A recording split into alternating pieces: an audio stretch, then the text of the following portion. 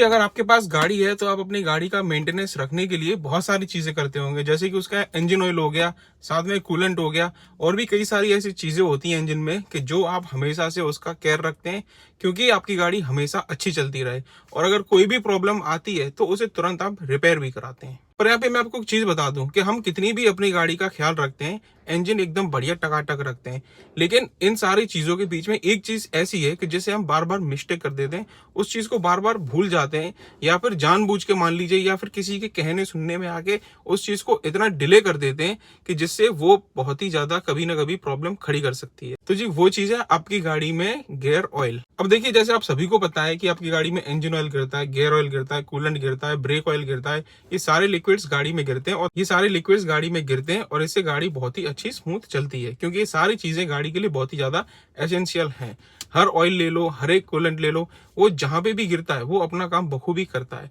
पर इन सारे केसेस में जो सबसे ज्यादा हम अगर किसी के साथ भेदभाव करते हैं तो वो अपने गियर ऑयल के साथ में करते हैं, क्योंकि यहाँ पे आप किसी भी नॉर्मल सर्विस पे जाते हैं, या आप कंपनी में सर्विस कराते होंगे तब भी, या फिर आप कहीं बाहर करवाते हैं, और ये प्रॉब्लम खास करके उन लोगों के पास ज्यादा आती है कि जो शुरू की कुछ सर्विस कंपनी में करवाते हैं, उसके बाद में 2-3 साल गाड़ी को हो जाते हैं, फिर वो बाहर कहीं ना कहीं सर्विस कराने लगते हैं। अब ऐसे केस में गियर ऑयल हमेशा से कहीं ना कहीं आपको ये सुनने मिलता है कि वो 50,000 किलोमीटर या 60,000 किलोमीटर चलाना चाहिए, या उतना चल सकता है। और अगर आप किसी किसी गाड़ी की मैनुअल में भी देखेंगे तो वहां पे आपको स्पष्ट लिखा मिलेगा कि आपका इंजन ऑयल इतने साल या फिर इतने हजार किलोमीटर। कई कई गाड़ियों में तो जो भी ट्रांसमिशन ऑयल है वो बोला जाता है कि 10 साल तक चल सकता है, या फिर 80,000 किलोमीटर तक चल सकता है। अब आप यहाँ पे एक चीज सोचिए कि आपकी गाड़ी में जो इंजन में ऑयल डल रहा है उसे तो हर 10,000 किलोमीटर पे चेंज कर रहे हैं, या फिर 1 साल हो जा रही है तब जाके चेंज कर रहे हैं। अब यहाँ पे इतना भेदभाव करने का क्या मतलब जाता है? अगर आपके गाड़ी के इंजन में मूविंग पार्ट्स हैं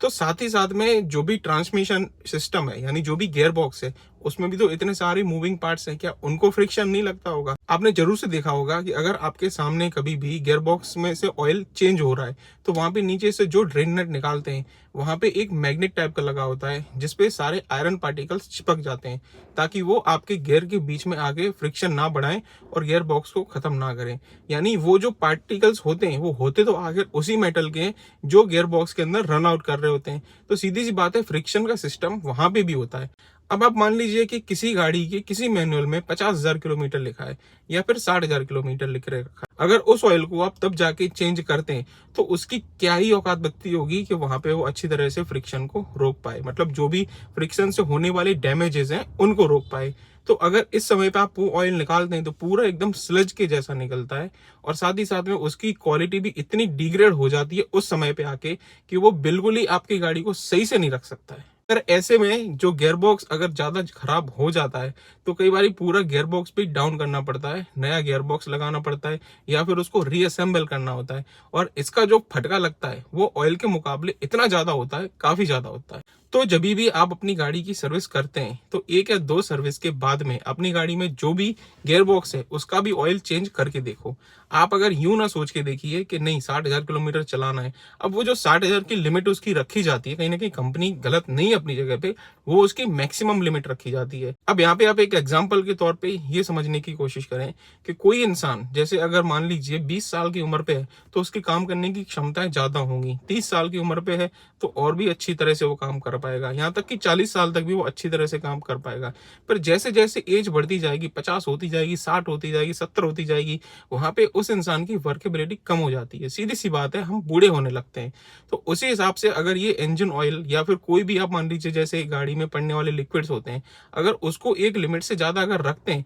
तो वहां पे उनका काम करने का जो तरीका है वो काफी ज्यादा कम हो जाता है। अब ऐसे में कोई भी 2 मेटल पार्ट्स अगर आपस में रगड़ खाते हैं, और रगड़ खाने से वहां पे कहीं ना कहीं उनका चूरा बनता है, और वो वहीं के वहीं घूम के पूरा एरिया खराब कर देते हैं। और अगर आपको नहीं लगता है कि ऐसा हो सकता है, तो अगर आपके पास कोई गाड़ी है जिसमें अगर गियर ऑयल पिछले 30,000-35,000 किलोमीटर से पड़ा है, तो आज ही अपनी गाड़ी में गियर ऑयल को चेंज करिए। ज्यादा से ज्यादा वो 1500 से 2,000 के बीच में आता है। अगर किसी नॉर्मल हैचबैक का अगर देखा जाए, जैसे 3 लीटर अगर लेने जाते हैं कैस्ट्रॉल का ATW90, तो वो 1200-1400 के आसपास पड़ता है। अगर वो ऑयल आप अपनी गाड़ी में डालिए और उसको डालने के बाद अपनी गाड़ी को 20 किलोमीटर या 30 किलोमीटर ड्राइव करिए। अगर आपको ड्राइव क्वालिटी पे फर्क ना लगे तो इस वीडियो पे आके डिसलाइक मार देना।